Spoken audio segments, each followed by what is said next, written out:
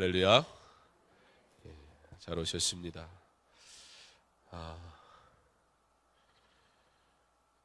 세상에 이런저런 일이 일어나도 꿈쩍도 안 하고 자기 할 일 하는 것은 시간인 것 같습니다. 늦출래야 늦출 수도 없고 멈출래야 멈출 수도 없고 시간은 그렇게 흘러갑니다.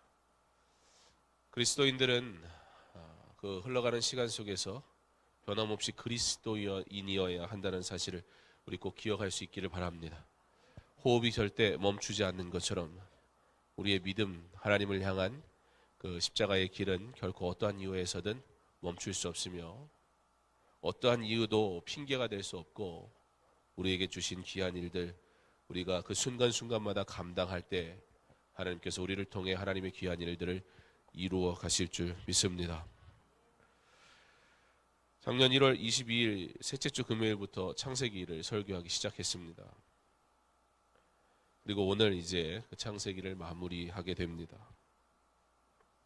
언제나 무엇인가를 마무리할 즈음 되면 아쉬움이 참 많습니다. 좀 더 성실하게 잘 준비했더라면 늘 그러한 아쉬움이 남고를 합니다.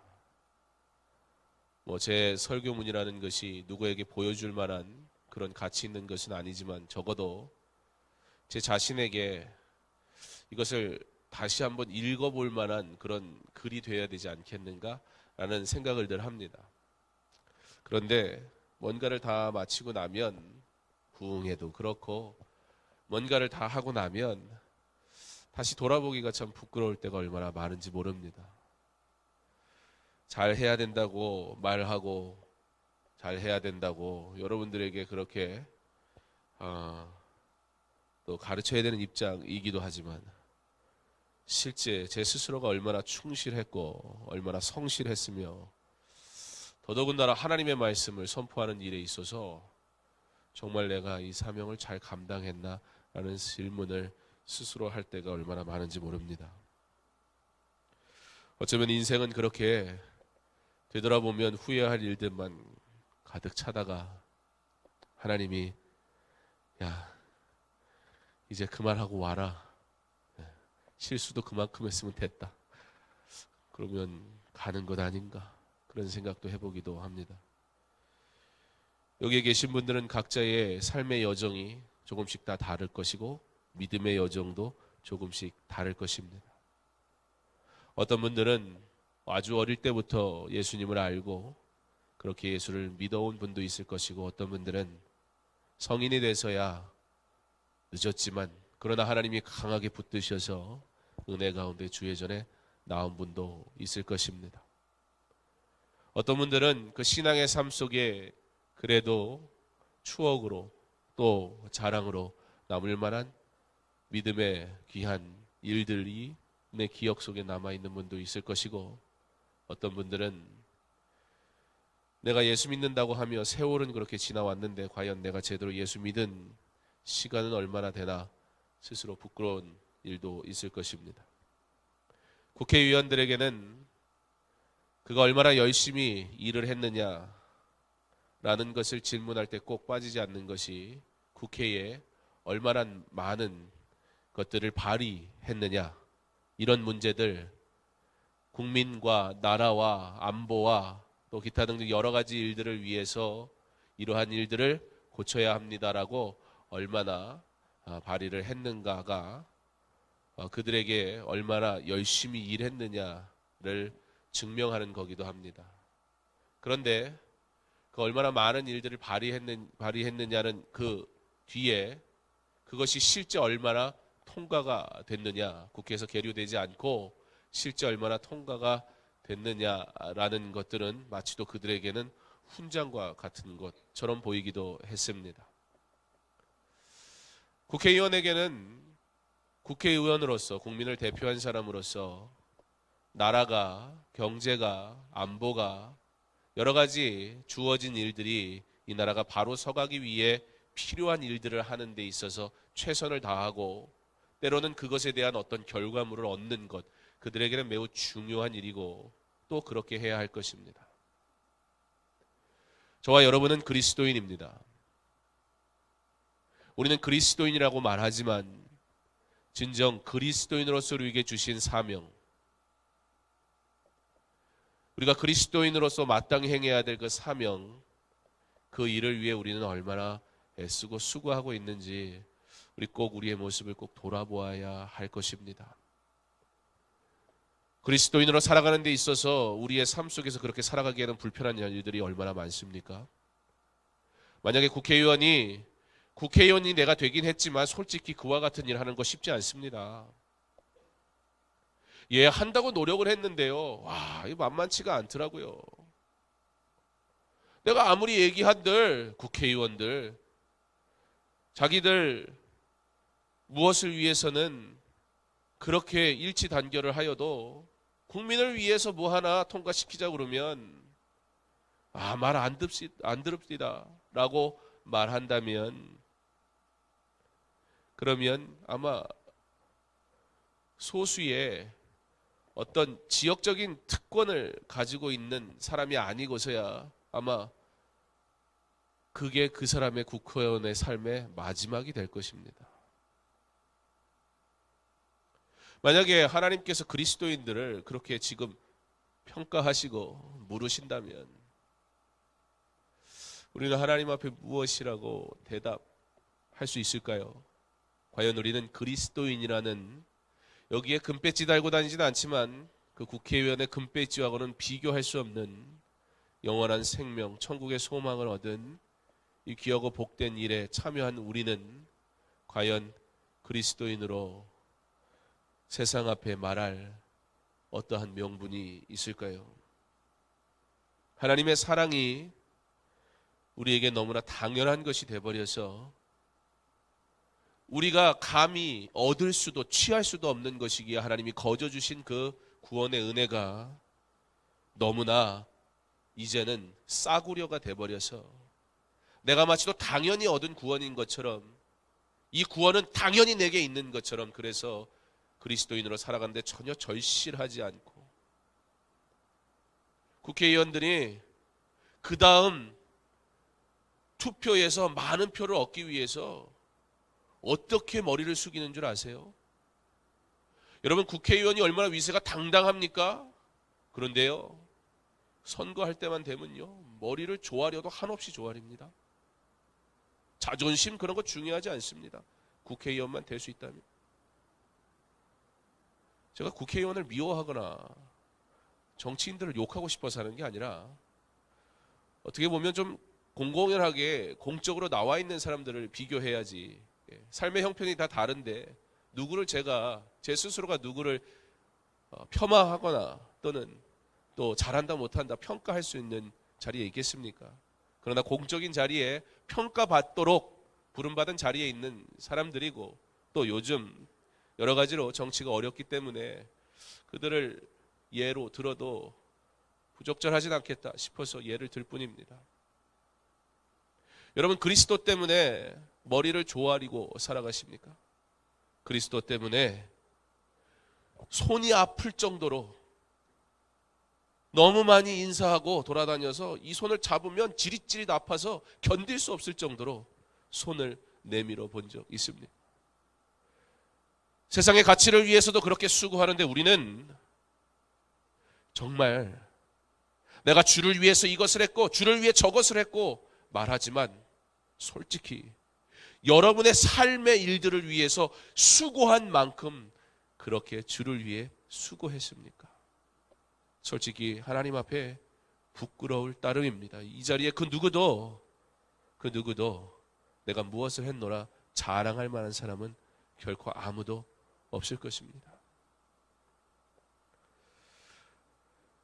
50장이나 되는 이 말씀을 설교하면서 설교할 때마다 느끼는 건 참 설교하는 게 용하다 생각이 들 때도 많고 여러분들에게 참 감사하다. 이 귀한 시간을 내서 이렇게 왔는데 그래도 참고 앉아 계시는 게 참 위대하다. 그런 생각이 들 때도 있습니다. 변함없는 모습으로 살아가는, 특별히 창세기를 설교하면서도 그렇게 느껴졌던 이유는 하나님의 창조의 역사,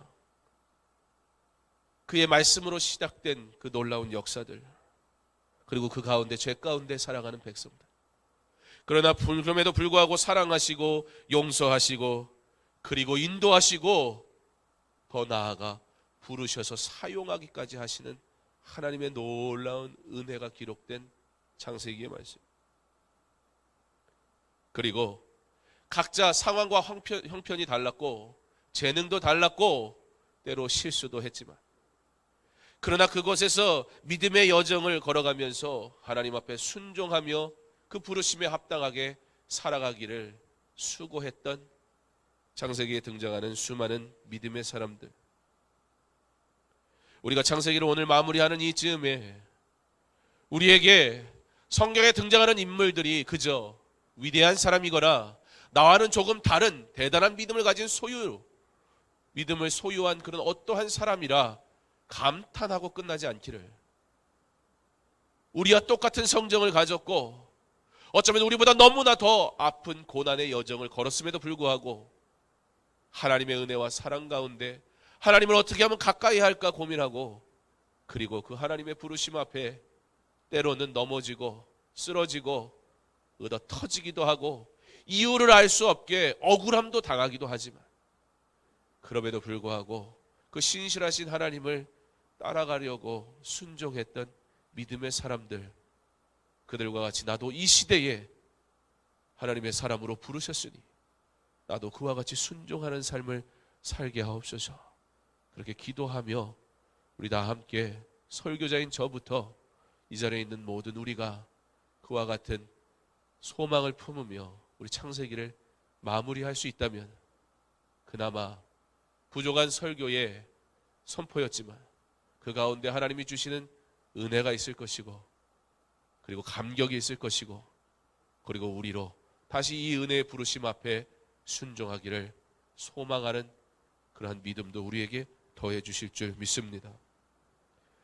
이제 50장, 이 마지막 장은 그 믿음의 여정의 마지막을 장식합니다. 그러며 요셉의 마지막도 소개하고 있습니다. 분명한 사실은 모든 인생이 어떻게 살았든지 그 마지막이 있더라는 거예요. 그 끝이 있더라는 거예요. 후회해도 지나가 버리더라는 거예요.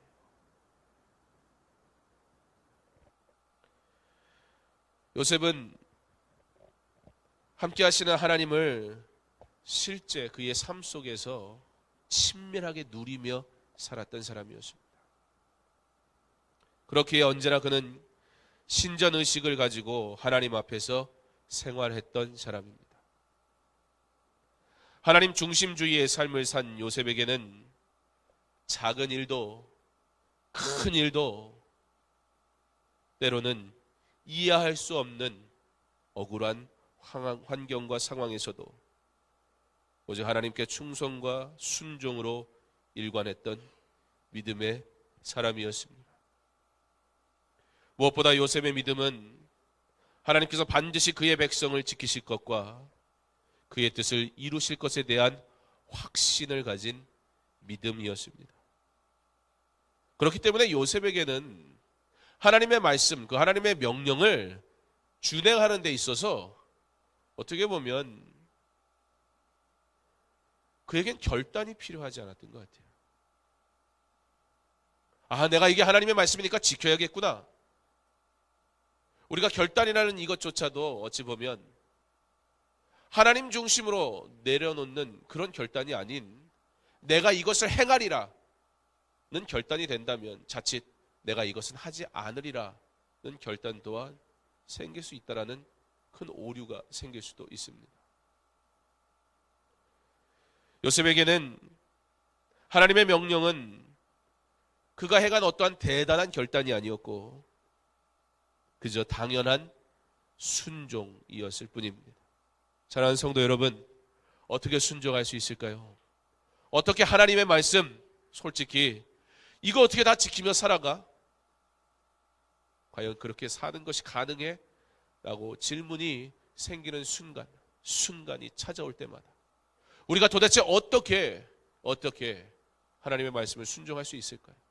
우리의 결단이라는 것이 정말 그렇게 대단한 위력을 발휘하던가요? 이곳에서 받은 은혜, 하나님의 전에 나와 예배하고 하나님이 내 마음에 감동 주시고 찬양하는 중에 하나님께서 내 마음을 만지셔서 주를 위해 살겠노라고 수만 번, 수천 번 그렇게 다짐했지만 여기서 나가서 집에 돌아가는 순간 후회했던 일들이 얼마나 많습니까? 왜 하필이면 그날따라 하나님이 은혜를 그렇게 많이 주셔서 목사님 설교는 지난주나 이번주나 똑같은 것 같은데 왜 오늘은 내게 은혜를 주셔서 나도 모르게 하나님 내가 이제는요 이것도 안 하고요 저것 버리고요 그리고 주를 위해 이것 하고요 너무 많이 한 거예요 가면서 하나님 생각에도 너무 많죠? 한 2개만 버릴게요. 그거 나중에 할게요. 우리의 믿음의 여정이라는 것이 우리의 상황의 환경이 딱 발생했을 때 가장 먼저 내려놓는 것. 그게 뭐예요? 하나님과의 약속이에요. 왜 창세기에 나오는 그 믿음의 여정을 살아갔던 자들의 놀라운 하나님의 일을 행함이 가능했는가? 내려놔야 할 것 같은 그 순간 내가 신뢰하는 나를 사랑하는 그리고 나를 구원하신 하나님과의 약속 그것만큼은 어떠한 이유에서도 버리지 않고 변하지 않고 쥐고 있을 때 하나님은 이건 놔야 될 것 같은 그 순간에 그거 붙드니까 하나님이 알아서 해결하시더라는 거예요. 사랑하는 성도 여러분, 여러분의 눈에 또는 여러분의 삶에 무엇이 쥐어졌다고 그것을 은혜라고 생각하지 않기를 바랍니다. 오히려 그것을 쥐지 못한 그 순간 그럼에도 불구하고 하나님은 신실하셔서 나를 위해 가장 좋은 것을 베푸시는 하나님이라는 사실을 믿음으로 견디고 있는 그 순간이 내가 가장 행복한 순간이요 내가 가장 믿음의 길을 바르게 걷고 있는 순간임을 믿으시기 바랍니다. 왜 하나님을 결과로 판단합니까? 우리가 좋다, 옳다, 맞다 생각하는 그 결과조차도 1년, 2년, 10년 뒤에 여전히 똑같은 기쁨을 주리라는 보장이 없건만 왜 지금 내가 구한 것을 얻었을 때 우리가 그것이 축복이고 그것이 은혜라고 섣부르게 자랑합니까? 여러분, 섣부르게 자랑하려면요 조금 더 섣부르게 자랑하세요. 하나님 내게 아무것도 주지 않으셨지만 지금은 하나님이 내 기도 응답하시는 것 같이 않아 보이지만 그러나 우리 하나님은 신실하셔서 반드시 내가 구한 것과 상관없이 가장 좋은 것으로 내게 허락하실 것을 내가 믿습니다. 차라리 그 믿음의 고백을 하며 오히려 하나님 앞에 붙들린 바 되어 살아갈 수 있기를 간절히 원합니다. 제가 저희 아이가 있어서 이 얘기를 할까 말까 고민 굉장히 많이 했는데 뭐 해도 상관은 없을 것 같아서요. 뭐 제가 손해볼 얘기는 아니니까. 저희 아이가 음악을 했으면 좋겠다라는 마음이 부모에게는 있었지만 저도 음악을 좋아하고 또 엄마가 음악을 전공했으니까 또 아이도 탤런트가 있는 것 같고 그렇지만 뭐 꼭 해야 되는 건 아니에요. 근데 마침 좋은 선생님이 있다고 해서 누가 소개를 해주세요. 근데 저희가 거절했어요. 뭐 특별한 누구 아이에게만 저희 집은 큰애라고 더 투자하고 그런 건 없으니까 제가 막내라서 절대 그런 일이 일어날 수 없습니다. 또 그게 맞는 것 같고 또 저희 부모님도 그러셨고 저희 형님의 불만은 언제나 왜 엄마가 동생이랑 남동생이랑 똑같은 옷을 사오냐 같이 입고 싶지 않다. 근데 다른 거 사오면 동생이 형보다 안 좋은 거 받았다고 할까봐 제가 마음 상할까봐 그래서 또 똑같은 걸 사왔어요. 그랬던 기억이 있습니다. 우리가 또 목회자니까 그렇게 아이에게 뭘 이렇게 대단한 레슨을 시키고 그럴 상황도 아니고, 그래서 뭐 선생님 뭐 가르쳐 주시는 건 좋은데 그냥 감사하게 생각하고 좋게 거절하겠다, 그렇게 얘기를 했습니다. 그랬더니 다시 연락이 와서는 레슨비는 상관이 없으니까 그냥 배웠으면 좋겠습니다. 또 하도 자꾸 그러는데 본인이 하겠다는데 또 그래서 저희한테 중요한 건 네가 성실하게 할 수 있느냐가 더 중요했어요. 그래서 선생님이 대부분 레슨을 받으면 선생님한테 찾아가야 되는데 자기가 또 오겠대요. 그래서 본인이 찾아오셔서 친히 가르치고 가세요. 그러는 중에 아이를 가르치면서 아이가 그래도 재능이 있다 생각이 들고, 또 선생님도 좋은 선생님이고 자기를 가르치는 자기의 선생님이 있을 거 아니에요. 교수님한테 우리 아이가 하는 영상을 찍어서 보여줬더니 교수님이 보자고 했다는 거예요. 근데 대부분 그런 분들을 만나려면 이쪽에서 요청을 해야 돼요. 오디션을 좀 봐줄 수 있습니까? 그래서 선생님이 허락을 해주면 가서 오디션을 보고, 그리고 레슨을 하겠다 그러면 이제 레슨을 하는 거예요.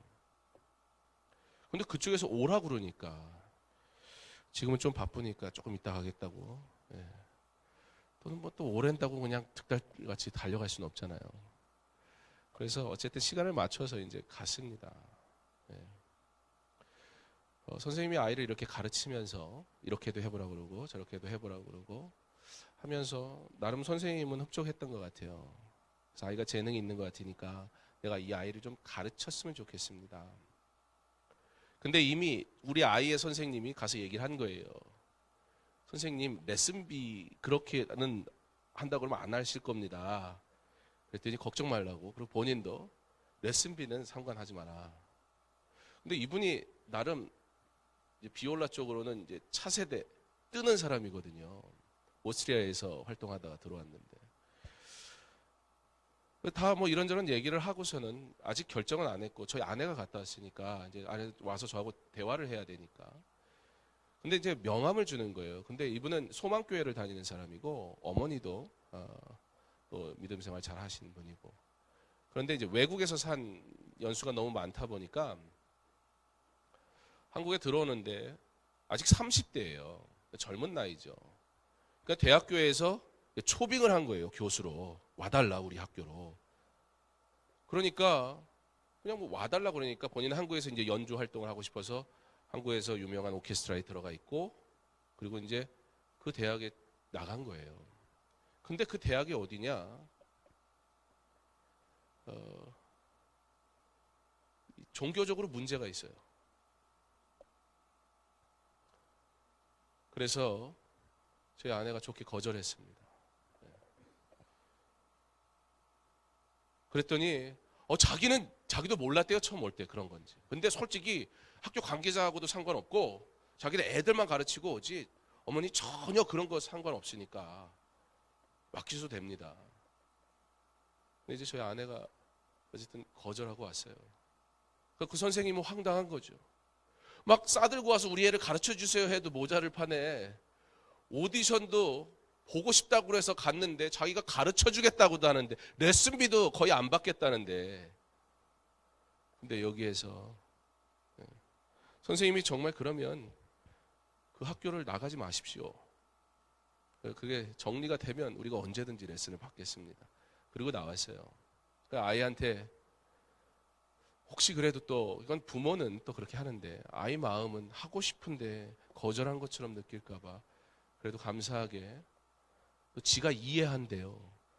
뭐 뭘 이해한다는 건지는 잘 모르겠는데 저에게는 중요한 게 있습니다. 저 아이가 평생 살아가는 동안 하나님의 것과 세상의 것에서 결단해야 될 일들은 수도 없이 일어날 거예요. 저는 조금도 하나님의 것을 조금 내려놓으면서 이 아이가 세상 것을 취해도 된다고 가르치고 싶지도 않고 가르쳐서도 안 됩니다. 왜냐하면 저 아이는 하나님이 저한테 맡긴 아이거든요. 제 소유도 아니고, 물론 제가 애들한테 그런 얘기를 합니다. 우리가 2달에 한 번씩 너희 집을 갈 것이다. 얘네 집 가서 2달 살고 쟤네 집 가서 2달 살고, 그렇게 2달 살다 보면 10개월이 지나고 나머지 2달은 너네가 여행 보내주면 놀러 가겠다. 물론 그런 얘기를 하긴 하지만, 그래서 용돈을 얼마씩 줄지 자기들끼리 이미 다 결정이 나 있어요. 저는 엄청 부자입니다. 웬만한 노후 대책하고는 비교할 수가 없습니다. 나중에 뭐 봐야 되겠지만 그런데 저희 아이들에게 부모로서 하나님이 제게 주신 명령은 말씀대로 가르치라는 거예요. 그 선생님 믿음 생활 잘하는 사람이에요. 그리고 누구나 가서 배웠으면 하는 사람이에요. 제가 그렇게 한다고 제가 구원 못 받을까요? 안 그래요. 그런 일로 하나님이 우리 구원 안 하셨으면 무슨 수로 구원 받습니까?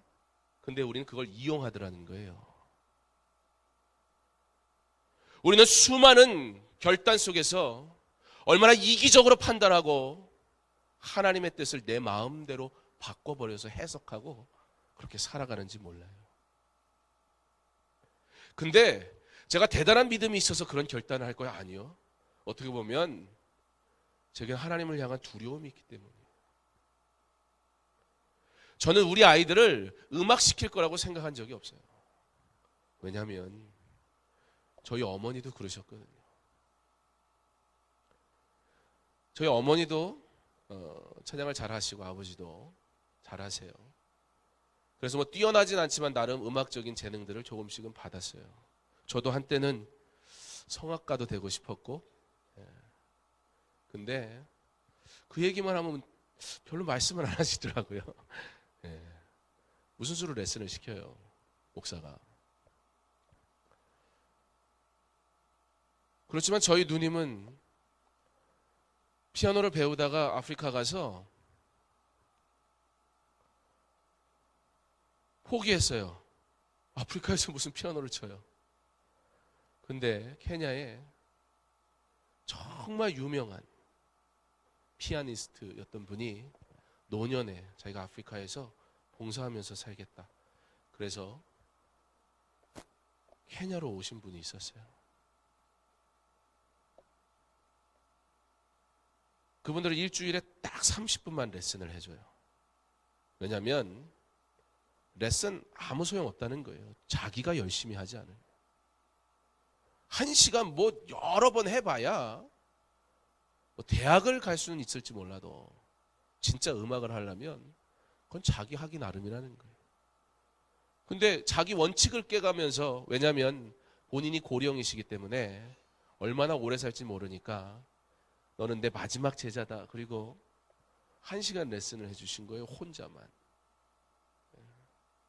그분의 이름만으로도 대학을 갈 수 있을 정도로 유명한 분이었어요. 그래서 아프리카 가가지고 한국에서는 돈 바리바리 쌓고 가도 레슨을 받을 수 없는 그런 분한테 저희 누님이, 좀 미안한 얘기지만 우리 3남매 중에는 음악성이 제일 떨어지는 것 같은데 유일하게 본인만 음악을 했어요. 그리고 영국의 좋은 학교에 갔습니다. 근데 좋은 학교 가서 지금 뭘 제일 열심히 하냐? 애 열심히 키우면서 교회에서 열심히 봉사합니다.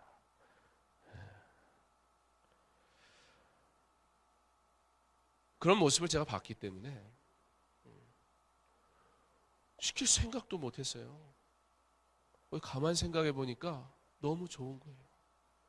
남들은 애 음악 시키려면 아파트에 살면 방에다 방음도 해야 되고요. 난리가 나요. 전 교회 사니까요. 방음 그런 거 할 필요도 없더라고요. 죄만 열심히 하면 돼요. 쟤들만. 9시에 뭐 한다고 누가 뭐라 그래요? 못할 것 같아서. 그러나 부모 마음으로는 좀 미안하긴 하죠. 근데 하나님이 알아서 다 레슨 본인이 와서 가르쳐 주겠다잖아요. 그런데 내 눈앞에 보이는 좋은 것이 있다고 제가 하나님을 거역해요? 지금까지 다 하나님이 주셨는데 이제 요만치 얻으니까 그게 다 내 실력이었고 내 수준인 줄 알아가지고 그거를 취해요? 하나님이 아니다 그러면 끝날 텐데요. 저는 저희 아이에게는 미안한 얘기지만 저희 아이가 좋은 음악가가 안 돼도 좋아요.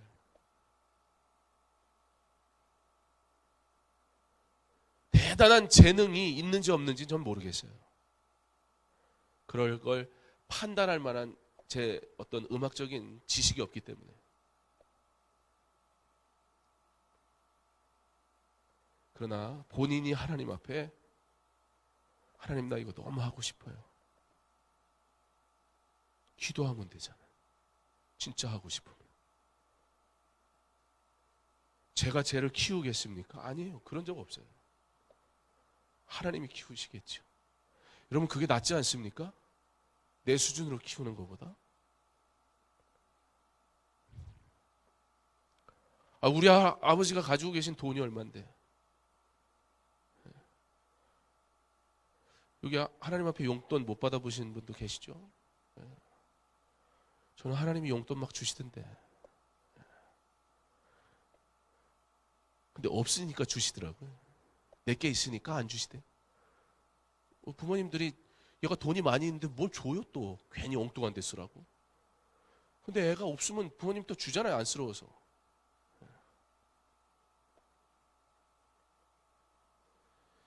창세기 50장을 어떻게 마무리할까?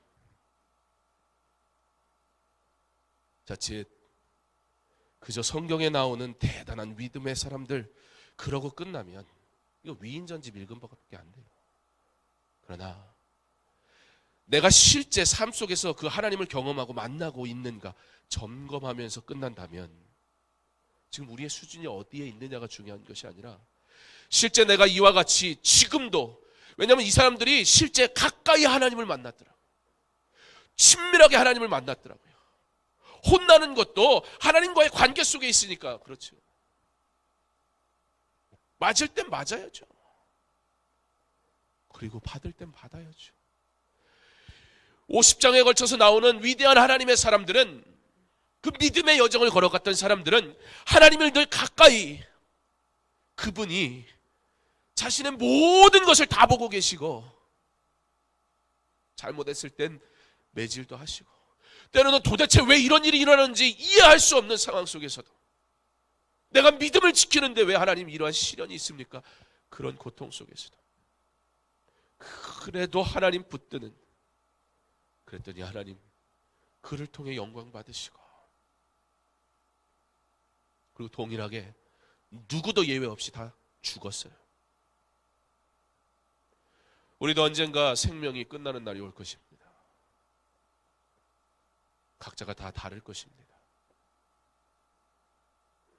믿음의 사람으로 살아간다면 그 생명이 그리 길지 않아도 그것도 은혜이고 감사할 것이고, 믿음의 사람으로 오랜 생명 가지고 주 영광 위에 살아야 한다면 그 또한 내게 주신 사명이니 감사로 받고 그렇게 살아야 할 것입니다.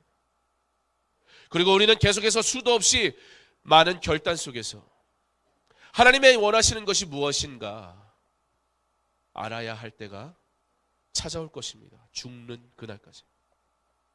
그때 우리 주저하지 않고 하나님의 것이니까, 하나님이 지금까지 나 인도하셨으니까, 그러니까 당연히 대단한 결단으로 하나님의 일을 하지 말고 당연히 순종함으로 하나님의 길을 갈 수 있는 저와 여러분 될 수 있기를 바랍니다. 그런 의미에서 목사 자녀도 음악 할 수 있습니다. 제 아버지가 원체 부자라서 돈을 주셔서 시키시든지 돈을 안 내게 해서 시키시든지 그건 아버지 재량껏 하시는 거지 무슨 뭐 자식이 욕이 아닙니다. 예. 아버지 나 이거 하고 싶은데 왜 안 시켜줘요? 쟤들도 저한테 물어볼 게 아니고 하나님 아버지께 물어보면 돼요. 하나님 왜 우리 아버지는 멀쩡하던 교회는 괜히 그만둬가지고 누가 나가라 그런 것도 아니고 나를 이 아프리카까지 끌고 와서 도대체 학교도 안 보내주고 물론 살짝 좋긴 했어요. 한두 달은 행복했어요. 저희 아버지의 얼굴을 그렇게 많이 볼 수 있다는 것 저희 아버지 얼굴을 볼 수가 없었어요. 솔직히 그래서 목사가 되기 싫었어요. 우리 아버지처럼 할 자신도 없고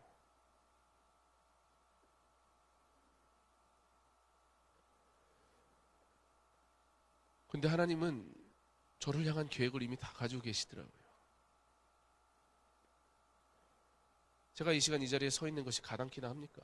제가 무슨 자격으로 여러분 앞에 서서 감히 말하겠습니까? 우리는 그저 하나님이 부르시는 대로 순종하면 되는 줄 믿으시기 바랍니다. 그게 믿음입니다. 그리고 하나님이 내게 뭐 주셨는지 그것도 자랑하세요. 하나님께 영광이 된다면 얼마든지 해야 됩니다. 그러나 주지 않은 그 순간에 그 하나님을 자랑할 수 있는 그런 믿음 있기를 바랍니다. 그리고 내가 구하는 것 절대 주시지 않은 그 순간에도 그래도 하나님 앞에 감사할 수 있기를 바랍니다.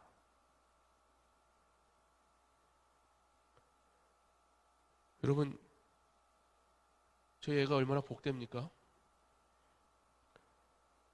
자기 아버지가 물질적으로 해줄 건 별로 없어도 목사랍시고 여기서 또 공개적으로 얘기했으니까 얼마나 많이 기도하실 거예요. 그죠? 예, 안 하실 분만 손을 들으시고 예, 아무도 없잖아요. 뭐 제가 얼마나 좋아요. 아버지가 목사라 가지고 세상에 그 어떤 재물과 물질로 이것을 바꿀 수 있습니까? 그리고 한편에는 믿는 구석도 있고 우리 하나님 아버지가 어떠한 방법으로든 주실 테니까 제가 그 아이에게 저것을 가르쳐 주는 것보다 잠깐 눈 딱 감고 이 길을 선택하는 것 이거 가치 없어요. 비교할 수가 없어요. 하나님의 것을 선택해야 한다는 그 사실을 어릴 때부터 가르치는 것 제가 줄 건 그거밖에 없잖아요. 뭐 얼마나 것 대단한 것 주면 자녀들이 만족할까요? 감사할까요? 억만금을 줘도 일단 자기 거 되면 10년 지났는데도 똑같이 감사할 자식은 없습니다. 그럴 수 있는 인생은 아무도 없습니다. 그러나 믿음은 시간이 지날수록 부모에게 받은 그 믿음은 감사가 넘치면 넘치지 후회할 일은 절대 없습니다. 우리가 창세기의 말씀을 마무리하면서 어떠한 은혜를 받아야 할 것인가? 바로 내가 이 믿음의 여정을 그들이 걸어갔던 이 믿음의 여정을 걸어갈 수 있는 복된 자리에 있게 하옵소서. 여러분 그게 내가 하나님 앞에 구할 가장 놀랍고 감히 구할 수 없는 그런데 우리에게 허락하신 놀라운 축복인 줄 믿으시기 바랍니다. 그때 하나님께서 귀하게 우리를 사용하실 것입니다. 창세기를 통해 분명하게 보여주신 그의 사랑, 그의 용서, 그리고 그의 인도하심이 저와 여러분에도 분명하게 나타날 줄 믿습니다. 여러분, 우리 하나님은 그 어떠한 세상의 신과도 비교할 수 없는 은혜의 하나님이십니다. 이 모든 것의 주인 되십니다. 그러므로 이제 그 하나님 온전히 의지하고 살아가는 저와 여러분 될 수 있기를 바랍니다. 하나님 앞에서 계산하지 마세요. 하나님 앞에서 내가 할 수 있는 무엇으로 결단하지 마세요. 내가 무엇 해놓고 하나님 앞에 무엇 달라고 감히 있을 수 없는 그러한 불효한 행동하지 마세요. 이게 언제부터 내 거였습니까? 하나님의 것이었는데 그 하나님의 영광을 위해 쓰라고 내게 맡기신 것뿐인데 주인의 물건을 내가 주인한테 내놓는, 당당하게 협상하기 위해 내놓는 종이 세상에 어디에 있습니까? 우리의 상황과 환경은 다 다르습니다. 그러나 누구에게나 동일합니다. 하나님의 은혜는 우리에게는 큰 일일 수도 있으나 하나님에게는 능히 그 문제를 해결하고도 남을 만한 그저 그런 아무것도 아닌 일 뿐입니다. 내 시각에서, 내 수준에서 하나님을 찾거나 하나님의 일을 행하려 하지 마세요. 그러나 하나님의 것을 그저 시키시는 대로 순종하는 자 되게 해달라고 기도하세요. 그때 내가 하나님이 높이 세우신 그 수준만큼 살아가게 되는 줄 믿습니다. 여러분의 삶에서 먼저 그러한 믿음의 여정의 길을 걸으시고 또한 자녀들에게 보여주세요. 그때에 우리 자녀들이 세상의 그 어떤 것과도 비교할 수 없는 이 믿음의 유산을 받게 될 것입니다. 야곱이 요셉에게 간곡히 부탁한 것처럼 나를 이곳에 장사하지 말라고. 그 믿음의 유산을 요셉이 그대로 이어받습니다. 그가 들었던 그 조상들의 믿음, 그리고 그가 보았던 야곱의 마지막 17년 아버지의 그 믿음의 길, 그리고 천국의 소망. 그도 너희들이 떠날 때에 내 해골을 가지고 함께 가라. 그가 비록 애굽에 있었으나 그는 하나님의 사람인 것은 변함이 없었습니다. 그가 감옥에 갇힌 그 순간에도, 그가 최고의 권력을 누렸던 그 순간에도 도대체 어떠한 상황과 환경이 우리로 그리스도인답게 살 수 없는 이유가 되고 있습니까? 그런 마음이 있을 때 더욱더 우리 하나님을 붙드실 수 있기를 간절히 원합니다. 하나님께서 저와 여러분을 사랑하십니다. 이 부족한 우리를 여전히 부르셔서 사용하시기 원하십니다. 순종할 때 우리가 하나님을 위한 놀라운 일을 행하는 믿음의 여정을 걸어가는 하나님의 사람 되게 하실 줄 믿습니다. 창세기가 마무리되고 우리 기억해야 할 것은 주여 나로 이 믿음의 여정 계속해서 걸어가게 하옵소서. 간구함으로 정말 예수 믿는 즐거움을 누리며 살아가는 저와 여러분 될 수 있기를 주님의 이름으로 축원합니다.